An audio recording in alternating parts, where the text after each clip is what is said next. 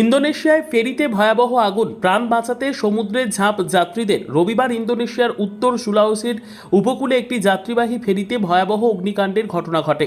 এদিন দুপুর 1:30 KM Barcelona VA নামের ওই ফেরিতে আগুন। ফেরিটিতে 300-র বেশি যাত্রী ছিলেন বলে জানা গেছে।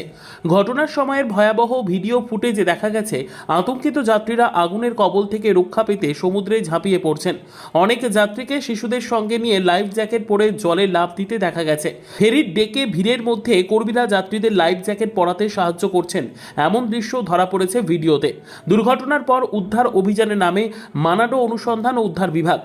তারা জানায়, উদ্ধার তৎপরতায় 3টি উদ্ধারকারী জাহাজ কেএম বার্সেলোনা, কেএম ভেনেশিয়ান এবং কেএম ক্যান্টিকা লেস্টারি 9F ঘটনাস্থলে পাঠানো হয়েছে। মাছ ধরার নৌকা এবং স্থানীয় বাসিন্দারাও উদ্ধার কাজে সহযোগিতা করছেন। উদ্ধারকৃতদের মধ্যে কয়েকজনকে ধ্বংসপ্রাপ্ত জাহাজের দিকে তাকিয়ে থাকতে দেখা গেছে যখন পাশের একটি নৌকা আগুন নেভাতে শুরু করে। একসময় নীল এবং সাদা জাহাজটি একটি পোড়া কালো অংশে পরিণত হয়েছিল, কারণ আগুন নৌকাটিকে ধ্বংস করে ফেলেছিল।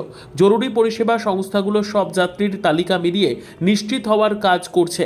এখনো পর্যন্ত কেউ নিখোঁজ রয়েছেন কিনা সে ব্যাপারে তদন্ত চলছে।